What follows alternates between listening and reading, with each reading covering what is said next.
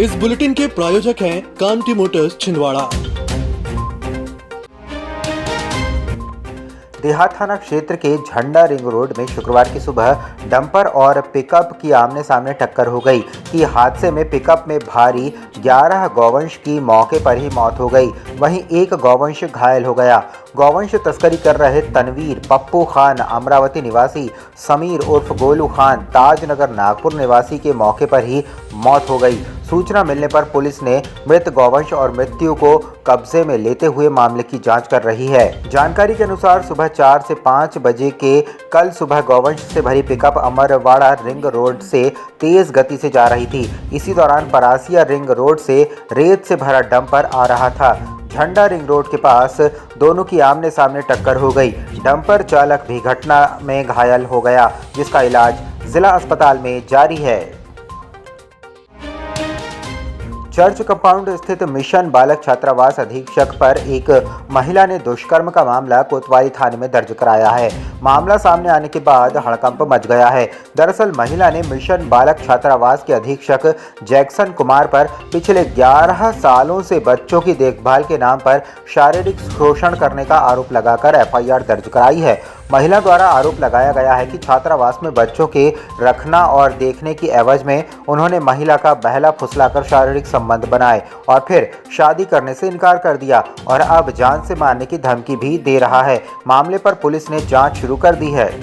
वो हमेशा मेरे को धमकाया करते थे कि मैं कुछ नहीं कर पाऊंगी, क्योंकि उनका बहुत नेतागिरी में बहुत नाम भी है और जाना आना है, सब नेता लोगों को जानते हैं। तो उनने मेरे को बहुत समय से धमकियां दे रहे थे और मैं बहुत ज़्यादा प्रताड़ित थी। उनने जो भी मेरे साथ करे, मेरे पास सारा प्रूफ है, ऐसा नहीं है कि मेरे पास कुछ प्रूफ नहीं है। मैंने सारे प्रूफ रखी। कल पुलिस ने मेरे से एक एक चीज़ें पूछी और मैंने सब सत्य बताई जो मेरे साथ हुआ। वो जो मेरे साथ ज़बरदस्ती कर रहे थे उनने वहाँ से लेके, और ये अभी जो धमकियाँ देते थे उनके फैमिली में से भी मेरे को धमकी आई थी कि अगर आप कानूनी कार्रवाई करोगे तो हम लोग भी शांत नहीं बैठेंगे, पूरा परिवार एक हो जाएगा। तो मैंने उनको बोली थी कि ठीक है, आप पूरा परिवार एक होइए, पर मैं तो अपने लिए न्याय की आवाज़ उठाऊंगी। डेनियल्सन स्कूल के जो छात्रावास संचालक हैं, उनके विरुद्ध जो है उन्होंने जो है दैहिक शोषण का आरोप लगाया है और उस पर हमने एफआईआर की। इनके पति का स्वर्गवास हो गया था, 2 बच्चों की जिम्मेदारी इन पे थी और बड़े बेटे का एडमिशन करवाने आया था। तो धीरे से उन्होंने इस चीज़ को भांपा और मदद के नाम पे फिर इनसे पहचान बढ़ाई और धीरे धीरे करके इनको अपने गिरफ्त में लिया और 2013 से लेके अभी तक लगातार इसका दैहिक शोषण करते रहा है। सोशल मीडिया का खुमार युवाओं में इस कदर छाया हुआ है कि युवा अपने जीवन के साथ किसी भी हद तक खिलवाड़ कर सकते हैं। सोशल मीडिया के रील्स बनाने के चक्कर में कई हादसे हो रहे हैं, जिसके बाद भी लोग स्टंट करने से बाज नहीं आ रहे हैं। ऐसा ही एक मामला शहर की सड़कों में बाइक स्टंटबाजी का एक वीडियो वायरल हुआ, जिसमें बाइक सवार युवक किसी बॉलीवुड हीरो की तरह सड़क पर खुलेआम स्टंट करते दिखाई दे रहे हैं। मामले में पुलिस का कहना है कि वीडियो उनके संज्ञान में आया है, इसकी जांच की जा रही है। मोटरसाइकिल है और जिसमें नंबर नहीं है, यद्यपि उस युवक ने हेलमेट लगाया हुआ है, लेकिन वो बहुत ही खतरनाक स्टंट उस पर कर रहा है और ये मामला क्योंकि संज्ञान में आया है, इस वीडियो को हम अपने जो हमारे ट्रैफिक के अधिकारी हैं, साथ में और भी जो पुलिस बल के अधिकारी हैं, उन तक हम पहुंचाएंगे और इस कलर की, क्योंकि नंबर है नहीं है उस मोटरसाइकिल में, तो इस कलर की जो भी गाड़ियां होंगी उसको हम उस पर रोक करके और पता करके, और जैसे ये युवक और इसकी व्हीकल हमको मिलती है, हम मोटर व्हीकल एक्ट के अंतर्गत जो भी सख्त कार्रवाई है उस पर करेंगे। वर्ष की द्वितीय राष्ट्रीय लोक अदालत शनिवार को रखी गई है। राष्ट्रीय विधिक सेवा प्राधिकरण तथा इसके साथ साथ प्रदेश विधिक सेवा प्राधिकरण, जिला विधिक सेवा प्राधिकरण एवं जिला एवं सत्र न्यायाधीश के मार्गदर्शन में लोक अदालत का आयोजन किया जा रहा है। इसमें 34 खंडपीठों का गठन किया गया है। उसमें लगभग 1700 प्रकरण राजीनामा के निराकरण हेतु रखे गए हैं। लोक अदालत में चेक बाउंस, घरेलू विवाद, वसूली के विवाद, बिजली बिल से संबंधित अन्य पर निराकरण किया जाएगा। राष्ट्रीय विधिक सेवा प्राधिकरण तथा इसके साथ साथ प्रदेश विधिक सेवा प्राधिकरण, जिला विधिक सेवा प्राधिकरण एवं माननीय प्रधान जिला एवं सत्र न्यायाधीश के मार्गदर्शन में इस लोक अदालत का आयोजन किया जा रहा है। इसमें कुल 34 खंडपीठों का गठन किया गया है, जिसमें से 11 खंडपीठें जो हैं छिंदवाड़ा जिले में बनाई गई हैं तथा छिंदवाड़ा जिले की जो विभिन्न तहसीलें हैं उसमें 23 खंडपीठें बनाई गई हैं। सभी लोगों से मेरा अनुरोध है कि ज़्यादा से ज़्यादा इस लोक अदालत में सम्मिलित हों, अपने प्रकरण रखें, मधुर संबंध स्थापित करें और राजीनामा करके अपने प्रकरणों को खत्म करें।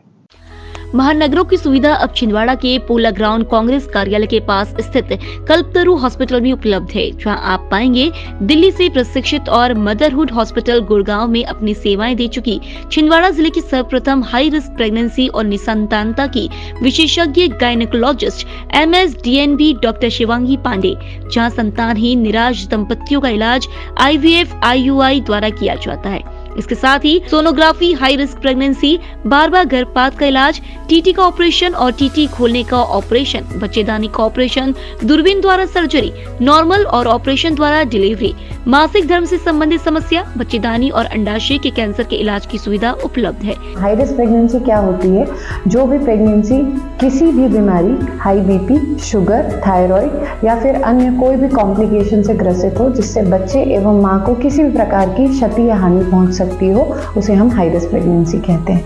अब इस चीज का इलाज हमारे छिंदवाड़ा जिले में संभव है। संबंधित बीमारियों के इलाज के लिए आज ही आए कल्पतरु हॉस्पिटल, दशहरा मैदान के पीछे, पूनम चैम्बर। दिल्ली की मशहूर डॉक्टर अब छिंदवाड़ा में। दिल्ली एम्स एवं सफदरजंग हॉस्पिटल की सुप्रसिद्ध डॉक्टर जसप्रीत गोगिया की सेवा अब छिंदवाड़ा के डॉक्टर गोगिया चिल्ड्रन क्लिनिक में। क्लिनिक में आप पाएंगे OPD, IPD, NICU सुविधाएं, नवजात शिशु और बच्चों से संबंधित सभी बीमारियों का सटीक इलाज, बच्चों के दमा और एलर्जी बीमारियों की विशेषज्ञ doctor Jaspreet Gogia. Doctor Gogia children clinic, Satkar Chowk, Parasia road, Chhindwara. Mobile number 9993585588 8827420004। जिले भर में अक्षय तृतीया का पर्व धूमधाम से मनाया गया। वहीं मंदिरों सहित ब्रह्म समाज द्वारा रैली सहित सांस्कृतिक कार्यक्रमों का आयोजन भी किया गया। इसी क्रम में परशुराम वाटिका में नई प्रतिमा का अनावरण कर हवन पूजन किया गया, जिसमें ब्राह्मण समाज के लोग बड़ी संख्या में उपस्थित हुए। वहीं यज्ञ पवित्र संस्कार के साथ 10 विधि पूजन संपन्न कराया गया। पूजन के बाद शाम को संकट मोचन हनुमान मंदिर नरसिंहपुर नाका से शोभा यात्रा एवं वाहन रैली निकाली गई, जो कि विभिन्न स्थानों से होती हुई परशुराम वाटिका पहुंची। कार्यक्रम में पूर्व विधायक पंडित रमेश दुबे, विजय पांडे सहित बड़ी संख्या में सामाजिक जन उपस्थित रहे।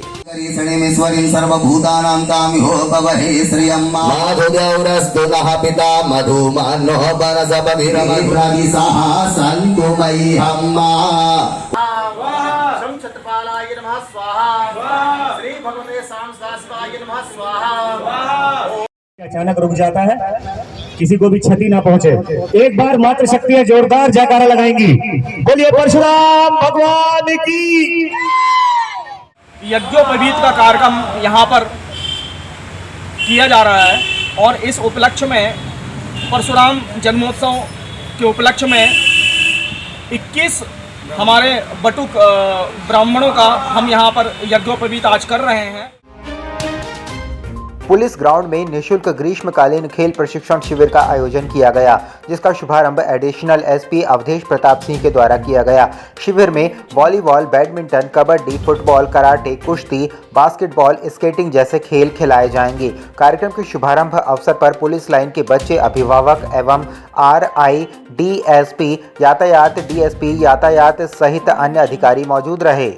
मध्य प्रदेश पुलिस परिवार के मुखिया हमारे पुलिस महानिदेशक महोदय के निर्देश के पालन में समूचे मध्य प्रदेश में समर कैंप का आयोजन किया जा रहा है और हमारे पुलिस अधीक्षक महोदय के सीधे निर्देश पर हम लोग आज ये शुभारंभ कर रहे हैं समर कैंप का।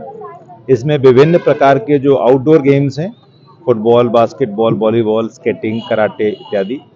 इसके अतिरिक्त जो इंडोर एक्टिविटीज़ हैं, जैसे डांस है, जुम्बा है, पेंटिंग है, मेहंदी है, ब्यूटिशियन का जो प्रशिक्षण है, वो भी पुलिस परिवार के बच्चों को और महिलाओं को इसमें शामिल किया जा रहा है।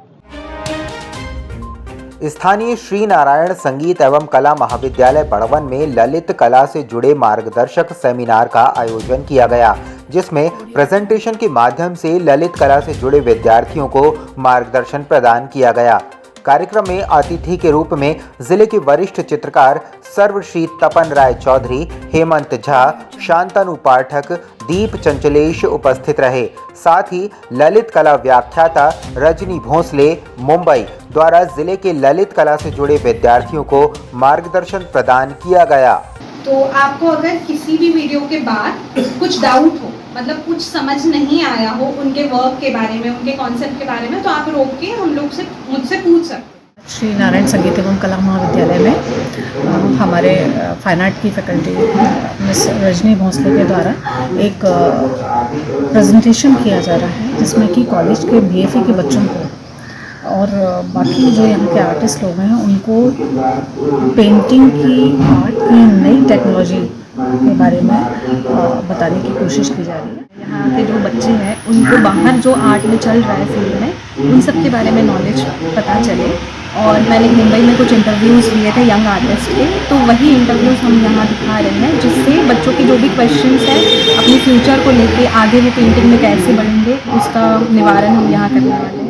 छिंदवाड़ा शहर के प्रथम एमडी छाती रोग विशेषज्ञ मेदांता हॉस्पिटल गुड़गांव से प्रशिक्षित डॉक्टर मनोज किनकर अब छिंदवाड़ा के कल्पतरु हॉस्पिटल में सेवाएं दे रहे हैं, जहां पर एलर्जी, अस्थमा, टीबी, सर्दी खांसी बनी रहना, खांसी में खून आना, BP, sugar, asthma, slip apnoea, pneumonia, फेफड़ों में पानी भर जाना और सिकुड़ना आदि रोगों से पीड़ित मरीजों का इलाज पल्मोनोलॉजिस्ट के द्वारा किया जा रहा है। सामान्यतः देखा गया है कि कोविड-19 के बाद मरीजों में छाती रोग की जागरूकता बढ़ी है, इसीलिए अब एलर्जी, अस्थमा, दमा, टीबी, निमोनिया, सर्दी खांसी, बुखार और छाती में पानी भरने जैसी समस्याओं के लिए आपको घबराने की कोई जरूरत नहीं है।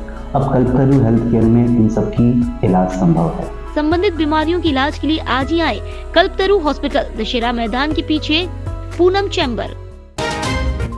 जिले के रंगकर्म को समृद्ध बनाने एवं आधुनिक अभिनय क्षमता के विकास के लिए नाट्य किरदार संस्था द्वारा 21 दिवसीय कार्यशाला का आयोजन किया जाएगा। इस कार्यशाला में विशेष रूप से अभिनय की बारीकियों के साथ साथ लेखन के बारे में प्रशिक्षुओं को सिखाया जाएगा।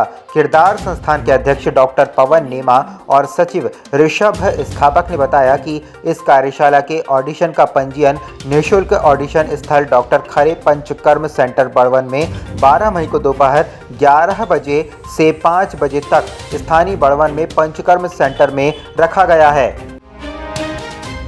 शहर की यातायात व्यवस्था को और चुस्त दुरुस्त करने के लिए यातायात पुलिस इन दिनों शहर जनता को जागरूक करने के लिए नियमों का पालन न करने पर वाहनों पर चालानी कार्रवाई की जा रही है। इसी क्रम में आज भी शहर के विभिन्न चौक चौराहों में पुलिस द्वारा जांच अभियान चलाया गया, जिसमें शुक्रवार को यातायात पुलिस ने 76 वाहन चालकों के विरुद्ध कार्रवाई कर उनसे 30,400 रुपये का समन शुल्क वसूला।